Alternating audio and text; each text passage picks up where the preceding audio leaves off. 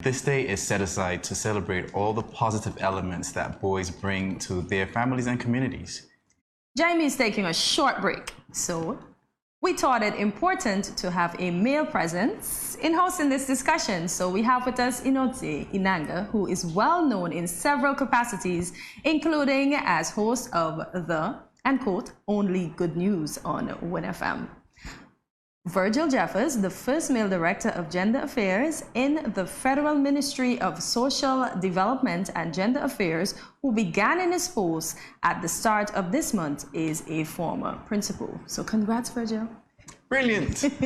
Now we have Reverend Troy Watson, who is currently a pastor and also a probation officer in the Department of Child Protection and Protection Services, and a former gender officer. And rounding up the panel is Mario Phillip, who is a gender officer in Nevis Island Administration for approximately 2 years. Just recently given the charge of delivering the World Day of the Boy message on behalf of the Nevis Island Administration Minister, Honorable Hazel Brandy Williams.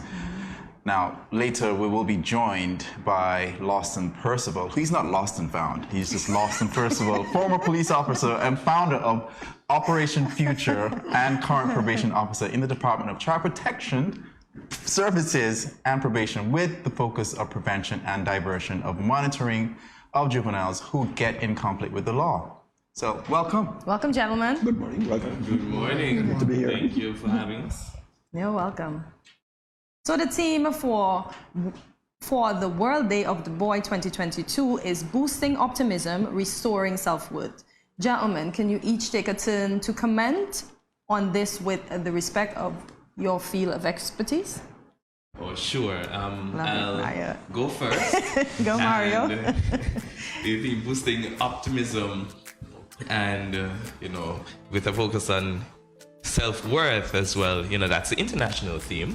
Here in St. Kitts and Nevis, in line with that, we realize that you can't really boost optimism and increase your self-worth from the outside. It has to be something from the inside that's worked out. And so we decided to make our local theme, Boys Under Construction, building positive attitudes in our boys. I love it. Because of course, we feel that construction, that's something our boys love. Yes, yes. Right? Building, breaking things down. Indeed. But it also causes us to really think, the building positive attitudes. It really causes us to think that, boys aren't just as they come, but we all play a part in what they turn out to be. Yes. And so the positive attitude, that's what you need to ensure that your outlook can be optimistic, your future can be optimistic.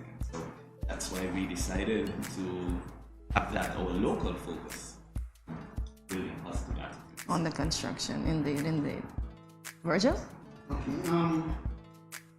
As men, I think it is quite fitting that we take the charge in molding the young boys so that we can have a positive future. We know that there's always some negative pertaining to boys, so we try and change that perspective. We as men, we have a task ahead of us, and it is something that we'll definitely take very seriously, that we too can have a brighter future. It's Well, good morning. My perspective is similar to that of Mario, in that we need to appreciate that the theme in itself is a challenge to the individual boy in terms of ownership. If the person does not embrace the idea of trying to improve their self-worth, there is no boosting of optimism. Optimism is about a perspective. So I embrace that. Nonetheless, we have the issue of trying to ensure that we do it as a collect, where we're saying to young men in general, this is what we would want of you to be and become the best person that you can be. So the energy therefore should be trying to create a synergy that all boys can appreciate that they have a place and there is meaning and worth to them individually and collectively. Thank you. So this next question for me is a bit personal, because when I was little, my father would travel and he would buy he would go overseas on his trips, and he would always buy lots of stuff for my sister. And like perfume and clothes, and he would give me samples. You know when you go buy perfume, and you get, and he was like, hey, cool.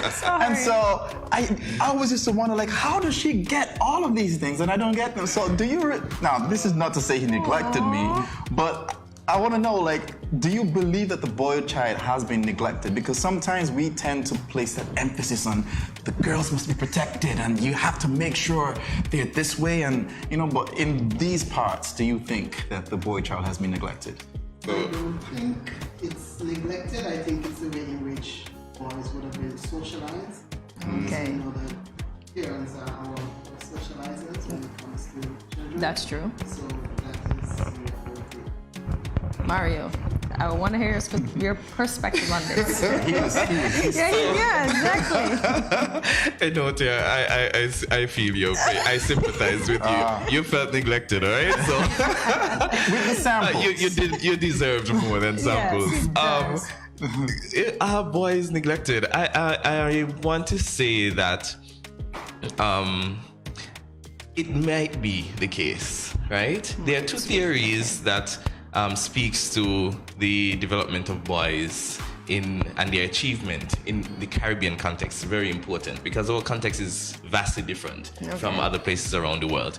And one is male privileging and one is male marginalization. They seem to be opposite ends. But the result is that boys tend to underachieve in our Caribbean context.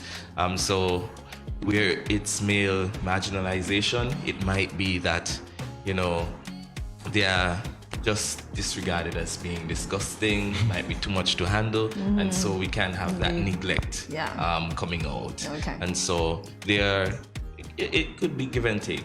There are examples of both, I would say. Okay. And the reverend. Neglected? No. Okay. Okay. The provisions are such that society does more for women generally. Okay. So it is always easy to find a token or a gift for a woman. But the good news in it is that you were given a sample. that is the good news. Because you got a sample, it says that there's nothing wrong with men having nice things as well. As to the commercialization of that idea, that is another story. But I would not say that boys were neglected. We're shaped different. For example, we buy dolls for girls. Yeah. But what is the name of the same thing for a boy? Action figure. There you go. So it is a matter of how we market it and what is the provisions that are made. Okay. You know, it's interesting you brought up that gender juxtaposition. My daughter just told me this week she wants to be a hacker. And I'm like, where'd you get Go girl. Yeah, I'm like, go girl. I'm like, I'm gonna teach her. And she was like asking me like, are hackers bad? I'm like, they have good ones, they have bad ones. But what I'm saying is that typically you would not hear that from a 6-year-old little girl.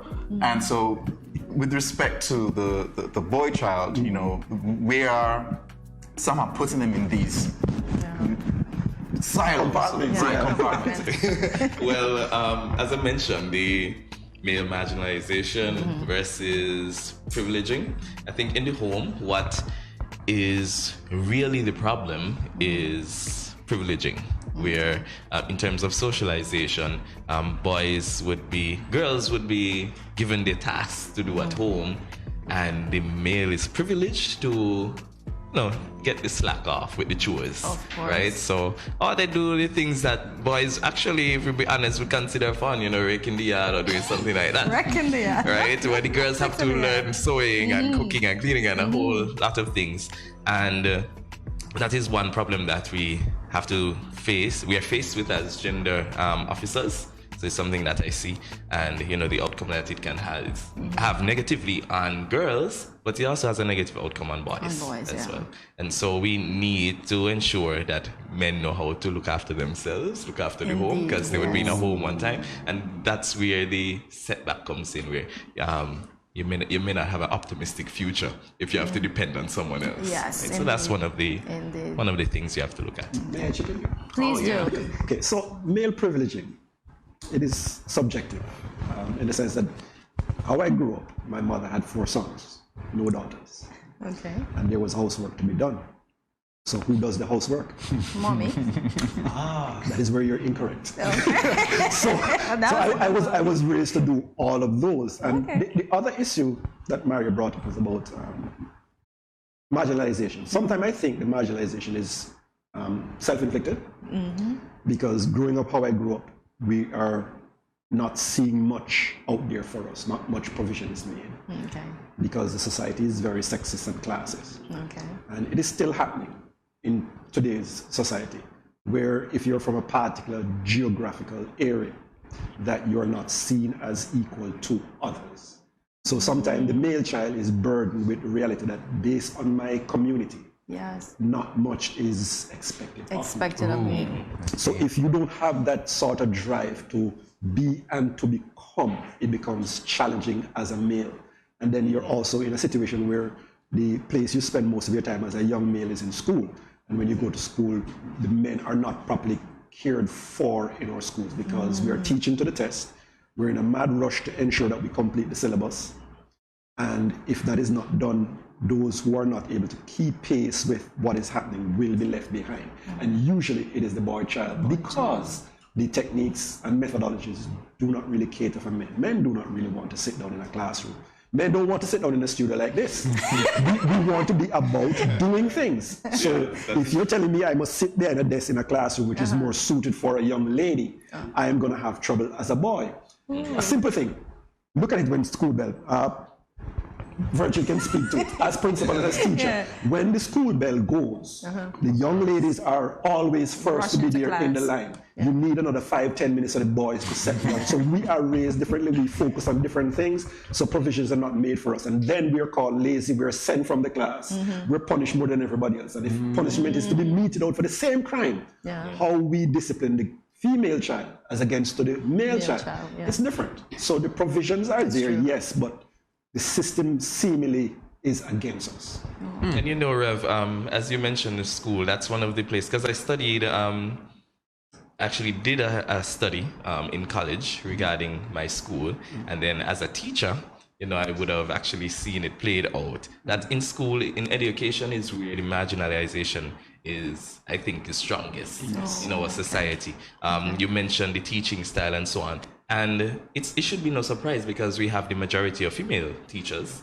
And in gender, when we consider like women in decision making, we need them to be there, because they would be the ones to know what female issues are. Yes. Right? In the same way, in education, if you only have all female teachers, they would be when they're thinking their lesson plans, they're thinking with a female mind, right? And so that's where the boy tends to be left behind. The boy might be, as Rev said, wants to play and do all sorts of things.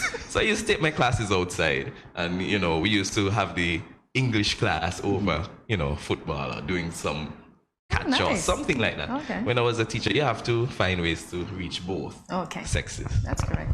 And I must add that of late, there would have been a push in the Ministry of Education to have differentiation in the schools. Okay. And it is more catered towards having the teachers meeting the needs of the children. Lovely. So that would have been a positive in terms of having the teachers catered to boys. There was some push for grouping. Okay. So that we all know that it's not everybody's going to sit down and listen. Teachers teaching and everybody's going to listen. Some has to do with their hands, some have to do with their ears, some have to do with their eyes. So that would have been the push coming from the Ministry of Education. And rightly so, my colleagues would have said it rightly, but what we didn't realize is that when we look at the children who are going to the reading center, it's majority boys. Majority of the boys who are going to the reading center who are having difficulties in reading. And it's not that they can't read, it's that they're not catered for. I think a part of that also has to do with the fact that men are more tactile and we like the hands-on. So if we could change the classroom setting, like going back to the days when you used to be under the tree and do object lesson and get them to be integrally a part of the lesson, even if it's just the English language, ensure that the topic is something that they can apply. If we cannot see how it is applied, it is not relevant to us, so there's no value for it. Why should I do it? Correct.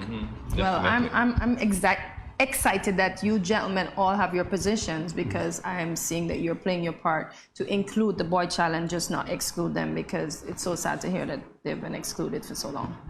Yeah. And I want to say, you know, to any teacher out there listening, Yeah. boys, they're a handful. But, you know, go the extra mile with them. See go the what extra would mile. work. Don't just write them off as disgusting or always doing something wrong. See how you can really engage their minds and get them interested in what's happening. Because there are some thinkers, you know, behind all of that Yes, fidgeting all and that. wanting to do a lot of stuff. Sorry to wanting to be the imp in this situation, but you know, we're in a situation where we have mostly females as teachers, women. But that was a part of men marginalizing themselves. So we Okay. need to see the history of it, because prior the teachers were men. But when the women started moving in and getting leadership position, they moved out. Oh, okay. So gentlemen, move back home as soon as possible.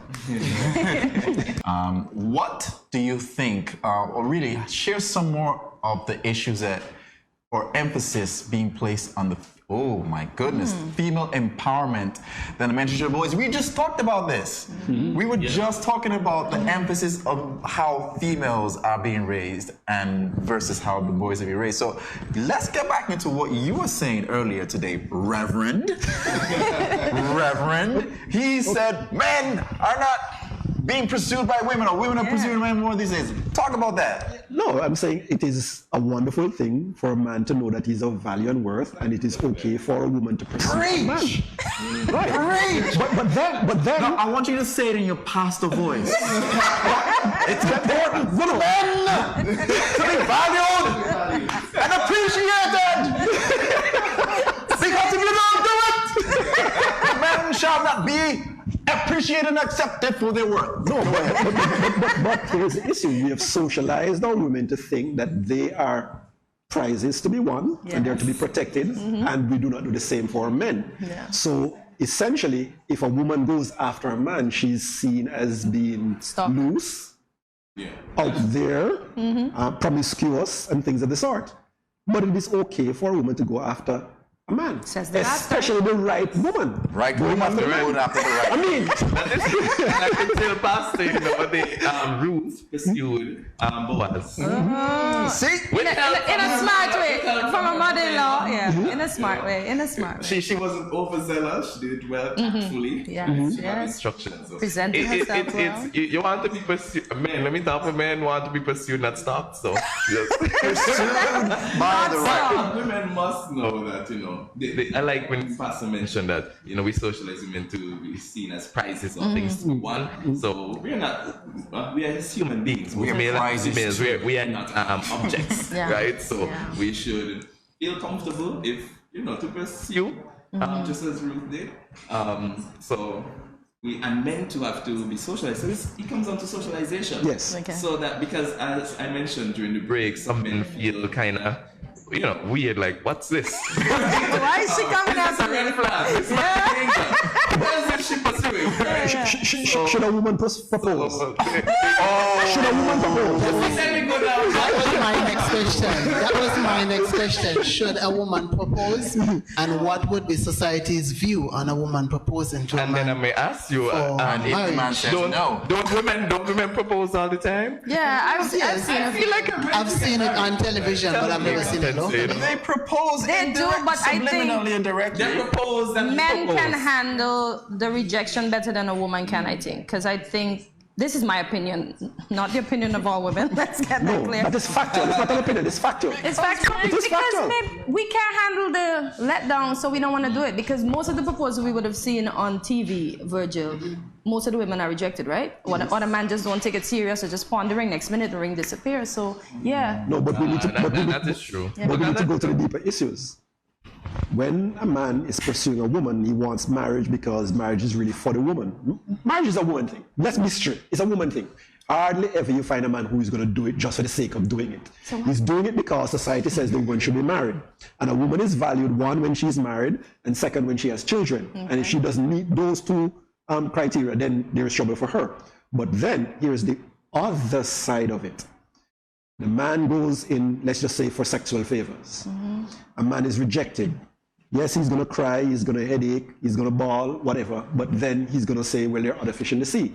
When a woman offers herself, sex is not just sex, she's giving herself. So if you reject her, she's going to say, well, there's something wrong with me. Exactly. Or there's something wrong with you. Then again, are you heterosexual? A lot of things will come into play because they do not deal well with being rejected. But the issue is not about the rejection, it's about the socialization of our boys to know that they're also of value and worth. Thank you. And it is okay to have good stuff. Okay.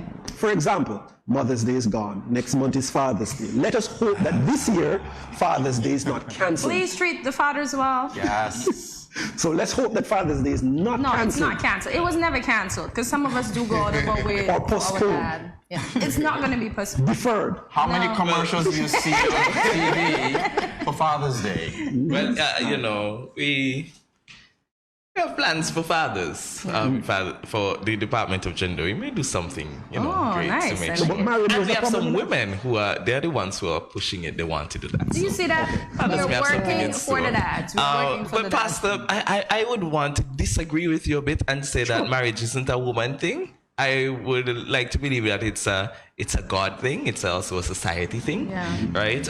Because marriage isn't only a covenant between the man and the woman, but we are gathered here in the presence of many witnesses. It's communal, right? And there are some virtuous, upstanding men who want to be married as well, because they want to, you know, have the security and safety that it brings for them and their family. But it is also important, as we talk about the proposal, whether or not, you know, well, who should do it. I think our boys, in terms of them getting married, we don't have them socialized saying St. Kitts and Nevis. There's this fact that I repeat almost every time I speak in forums like this, that our country has the highest percentage of single parent families in the English-speaking Caribbean. It's been so since the 60s, right? And that translates into the problems where we see our boys being willing to become married and forming solid and lasting relationships that redound to the benefit of their children. And you can't do something if you never had the example, and that's where we talk about mentorship. That's very important. So with boys not being, in our society, men not being willing to be married, maybe because they haven't had an example or they had bad examples. So let's piggyback on that, and in real quick before we go, just in your opinions, in what way society can boost optimism and restore self-worth of our boys in our society? And Pastor, you just spoke about this whole drive that men are valued too, Right. Well, men are prizes. So what can be done beyond what we're doing here, which is bringing we need to be equitable in how we deliver the messages. For example, from the church's perspective, I think it is about time we start showing worth and dignity to women in our pulpits and giving men more opportunity to participate in activities, because most of our groups, most of our churches are women. Yes, the leadership might be men, but the issue is ensuring that the message is not skewed to either of the sexes. What about integrating everybody into it? What about you, Virgil, in the schools? How can we, you're doing part of that also, but what more can be done beyond people like you to restore this value in men? Well, I think I would have said it earlier, where the teachers definitely would have to cater for the needs of the boy. Also, the society has to take partnership with the schools to make sure that that is possible. Businesses too, they can lend a hand by doing apprenticeship, so that, you know, if a boy is deemed troubled, we don't just cast him out, but we can have him paired with a business, or even an older brother to do either big brother mentorship or even the business mentorship. And if he's so disgusting, why not put him to work with his hands and put him to work with the carpenter, so that he can be of a product for society. And Super Mario, in one word. I'm going to challenge you to sum everything real quick in one word. The Department of Gender Affairs is actually giving awards to boys we're trying to make sure they know that they are valuable. Right now, the Junior Minister, Honorable Hazel Brandy Williams, she is at 2 schools, St. James and St. Virgil N. We are doing that all week this week. It's also happening here. Well, it should be happening soon on St. Kitts because we're doing it together. And we are also having prominent men in the society giving shout outs to those boys and letting all the boys know you're valuable and you can be what you want to be. Set your mind on great things. If Calypso Reggie was still alive, he would say, I like that. All right.